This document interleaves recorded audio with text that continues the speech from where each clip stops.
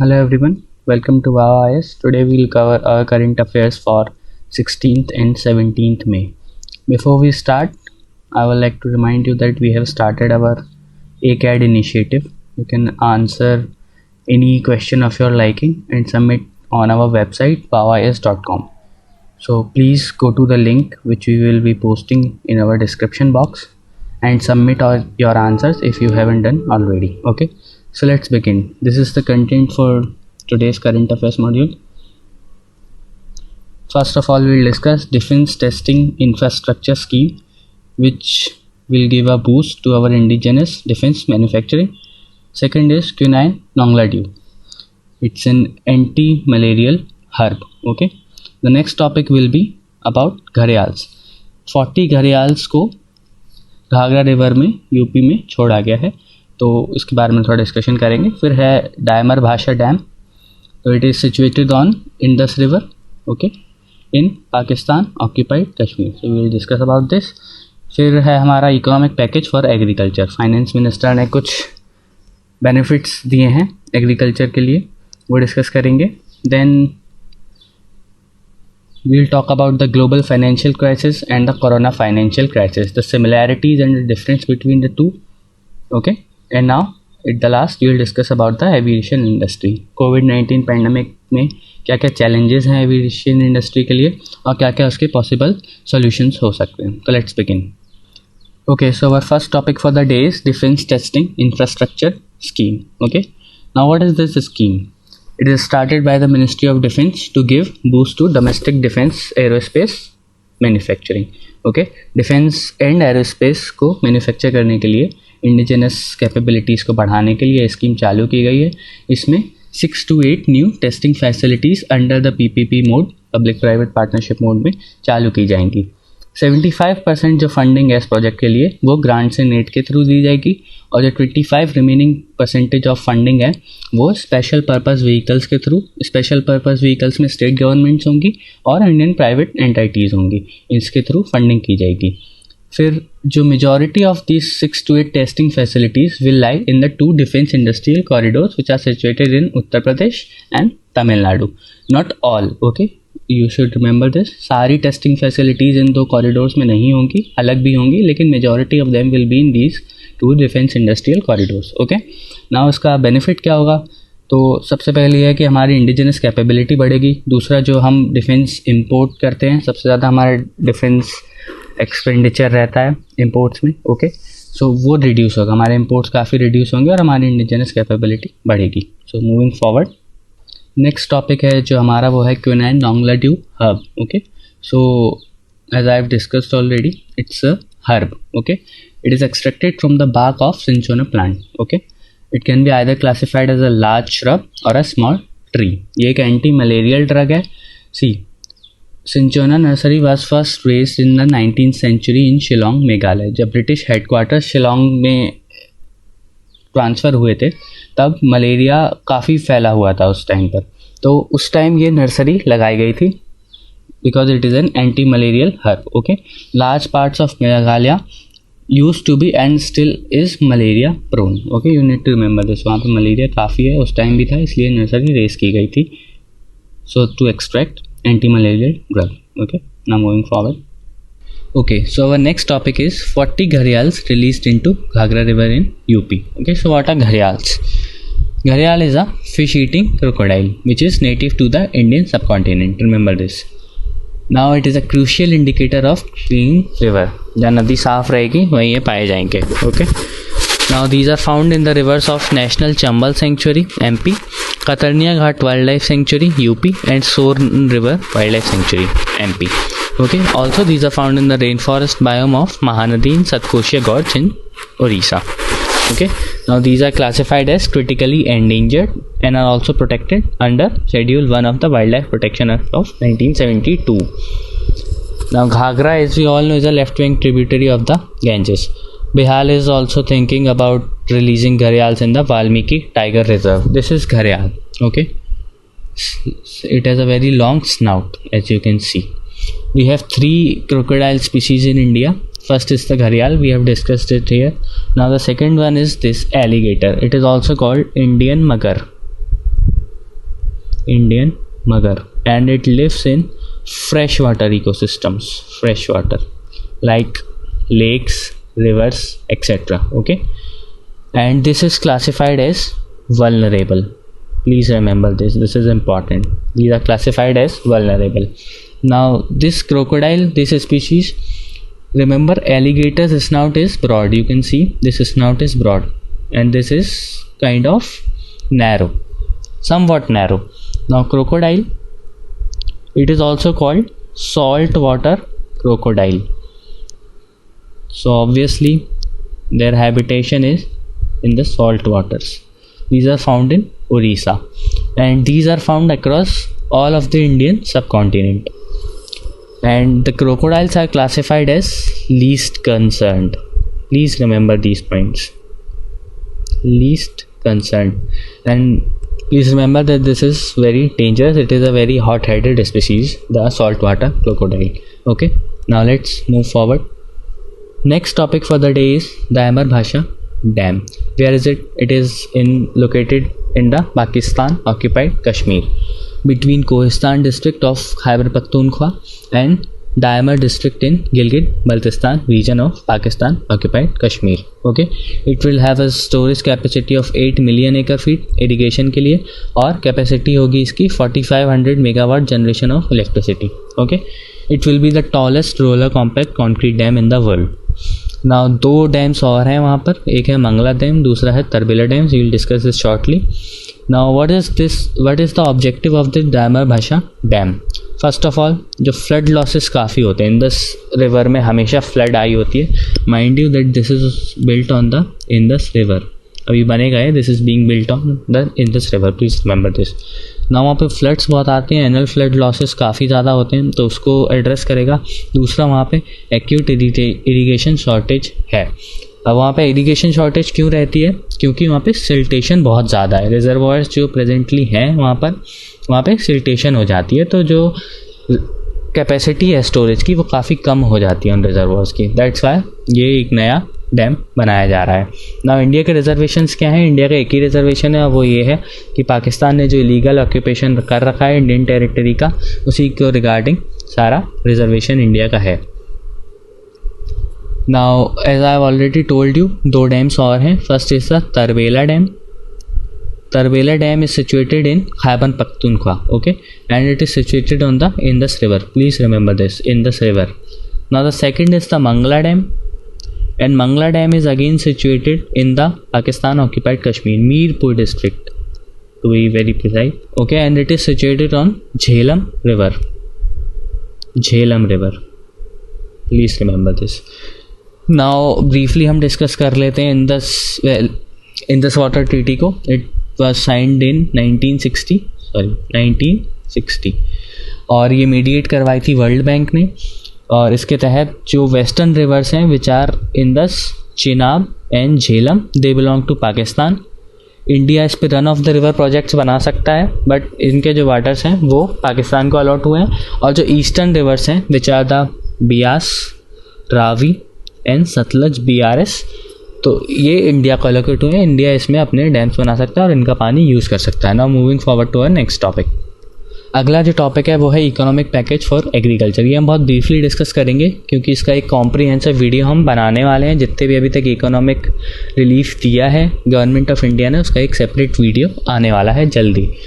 तो इसको हम ब्रीफली डिस्कस करते हैं. सबसे पहले 6 टाइप्स ऑफ एग्रीकल्चर प्रोड्यूस को डीरेगुलेट कर दिया है गवर्नमेंट ऑफ इंडिया ने. What are the 6 types of agriculture produce? First is the cereals, edible oils, oil seeds, pulses, onions and potatoes. Okay, तो डीरेगुलेट करने का मतलब क्या है कि इनकी कोई स्टॉक लिमिट नहीं होगी, आप इसको कितना भी स्टॉक कर सकते हैं. और कुछ एक्सेप्शन ज़रूर होंगे, जैसे कि नेशनल कैलामिटी हुई, या फिर फेमाइन हुआ, या फिर एक्स्ट्रा ऑर्डिनरी सर्जन प्राइसेस बहुत ज़्यादा बढ़ गए, उस केस में गवर्नमेंट इनको रेगुलेट कर सकती है. और इसके लिए एसेंशियल कमोडिटीज़ एक्ट को 1955 में जो लागू हुआ था उसको अमेंड करना पड़ेगा. Now centre also plans to bring a new law on contract farming under the contract act. इसके क्या बेनिफिट्स होंगे? देखिए, फार्मर्स डायरेक्टली डील कर सकते हैं लार्ज रिटेलर्स से, एक्सपोर्टर्स से, एग्रीगेटर्स से, और उनको फेयर रेन्यूमरेशन अपने प्रोड्यूस के लिए मिलेगा. Okay, this will be the biggest advantage of this. अभी उनको मंडी जाना पड़ता है और मंडी में अपना जो प्रोड्यूस है वो काफ़ी कम दाम पे बेचते हैं। अगर ये कॉन्ट्रैक्ट फार्मिंग के लॉ आए तो उनके काफ़ी फेयर रेन्यूमरेशन मिलेगा ना मूविंग फॉरवर्ड। ना जो अगला टॉपिक है हमारा, it is an open global financial crisis and the corona financial crisis. इन दोनों में सिमिलैरिटीज़ और डिफरेंसेस हम देखेंगे और कैसे दोनों को एड्रेस किया गया वो देखा जाएगा।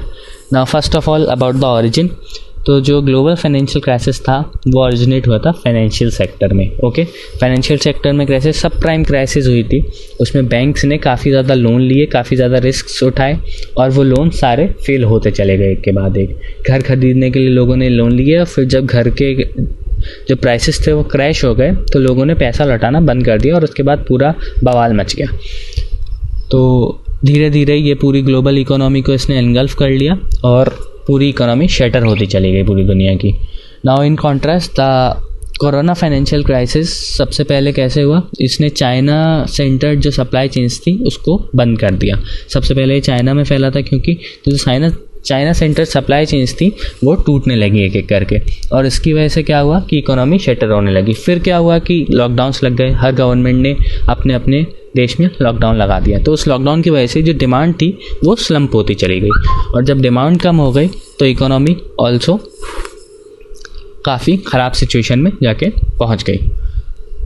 Now why does this origin matter? Okay, global financial crisis financial sector में हुई थी जैसा कि मैंने आपको बताया। तो सबसे ज़रूरी था कि फाइनेंशियल इंस्टीट्यूशंस को रिकैपिटलाइज करना और उनकी क्रेडिबिलिटी को रीस्टोर करना। ओके, तो यही किया गवर्नमेंट्स ने, इनकी उसको रिस्टोर किया फाइनेंशियल इंस्टीट्यूशंस को और उनकी क्रेडिबिलिटी धीरे धीरे रिस्टोर हुई। तो ये एक सॉल्यूशन था इस चीज़ का। वंस ये हो गया तो सारी चीज़ें धीरे धीरे अपने ट्रैक पे आती गई। Now in contrast the key challenges in resolution of CFC is to beat the pandemics. आपका जो सॉल्यूशन है वो आपके इंस्टीट्यूशंस में लाई ही नहीं करता है। आपका जो सॉल्यूशन है वो एक अलग ही जगह से आ रहा है और वो है साइंस। तो और इसका कोई टाइमलाइन नहीं है, आपकी वैक्सीन कब बनेगी इसका कोई भी टाइमलाइन है नहीं। तो बेसिकली आपके पास जो सॉल्यूशन है वो काफ़ी लिमिटेड सॉल्यूशन है। तो जो गवर्नमेंट अभी स्टिमुलस दे रही हैं आपको, these are just like carrying on the operations till a permanent solution is found. Okay, now no one country holds the key to the solution. Okay, पहले क्या हुआ था, यूएस में सब प्राइम क्राइसिस हुई तो यूएस में जब वो सही हो गया, यूएस ने जो कंसर्न्स थे उनको एड्रेस ढंग से कर लिया, अपने फाइनेंशियल इंस्टीट्यूशंस को रिस्टोर कर लिया, तो धीरे धीरे क्या हुआ कि जो वर्ल्ड इकोनॉमी थी वो भी अपनी फॉर्मर पोजीशन पे धीरे धीरे लौट आई। अब दूसरे कंडीशन में क्या हो रहा है कि कोरोना फाइनेंशियल क्राइसिस हुई तो हुबेई प्रोविंस चाइना से थी, लेकिन इसने सारी कंट्रीज़ को इनगल्फ कर लिया और अब कोई भी एक कंट्री इसका सॉल्यूशन नहीं प्रेजेंट कर सकती। So no country safe until every country is safe. Okay, now the next is policy interventions present a dilemma. How, what is the dilemma? See, जब सब प्राइम क्राइसिस हुई थी तो governments ने क्या किया, रिकैपिटलाइजेशन किया। अब रिजर्व बैंक ऑफ इंडिया ने क्या किया, रेट्स कट कर दिए, लेंडिंग रेट्स कट किए और फॉरेक्स मार्केट में इंटरवेंशन किया, लिक्विडिटी इंजेक्ट की। तो उसकी वजह से डिमांड भी वापस आ गई और इकोनॉमी अपने फॉर्मर पोजीशन पे आके रुकी।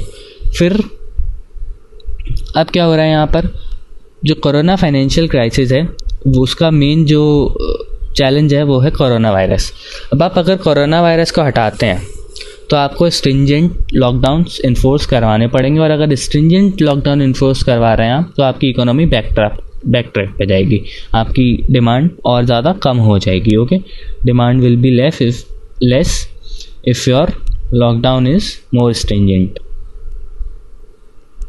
और अगर आप लॉकडाउन को कम इन्फोर्स करेंगे इकोनॉमी के रिवाइवल के लिए तो क्या होगा, बीमारी फैलेगी, लोगों को जान माल का नुकसान होगा। तो यही डायलेमा है कि आप अगर एड्रेस करना चाहते हैं तो आपकी प्रॉब्लम बढ़ रही है एक तरीके से।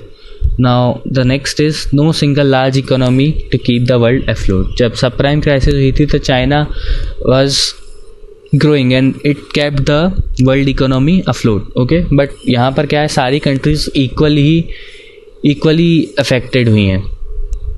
तो कोई भी सॉल्यूशन कोई एक कंट्री के पास इस चीज़ का नहीं है, कोई भी एक इकोनॉमी ऐसी नहीं है जो बाकी पूरी दुनिया की इकोनॉमी को सपोर्ट कर सके। Okay, so here our op-ed ends. Now our next topic, now our last topic is about the aviation industry. It is also an op-ed. So first of all IATA की एक report आई है उसमें बोला है कि 18.6% growth rate है India के domestic airline market का, which is the highest in the world. Okay, अब कोविड का क्या क्या इस पर इम्पैक्ट पड़ने वाला है, तो सबसे पहले 29.32 लाख जॉब्स का लॉस होने वाला है। Next is 40% of business volume wipe out हो जाएगा आपका, 40% of business volume, which is huge. Okay, now the cost of maintaining aircraft on ground is extremely high, और रेवेन्यूज़ तो है नहीं, कोई बैठ ही नहीं रहा है, एयरलाइंस ठप पड़ी हुई हैं, तो उस केस में ये एक डिज़ास्टर की रेसिपी है। नाउ आप एक एयरलाइन को कैसे प्रॉफिटेबली रन करते हो वो हम देखते हैं। First of all, your plane should fly for 11 hours a day with a turnaround time of 30 to 45 minutes. Average passenger load factor होना चाहिए आपका 65 to 75%, और your entire fleet should be flying. Okay, तो ये कंडीशंस हैं जो आपको profitability maintain करने में नेसेसरी हैं। अब कोविड की वजह से क्या सिचुएशन ऑल्टर होने वाली है वो देखते हैं। सो 40% of the fleet will be grounded. Okay, more over 1/3 seats will remain vacant. Social distancing norms हैं तो उसके चलते 1/3 seats will remain vacant. Also इससे क्या होगा कि जो पैसेंजर लोड फैक्टर है वो that will come down to 50%।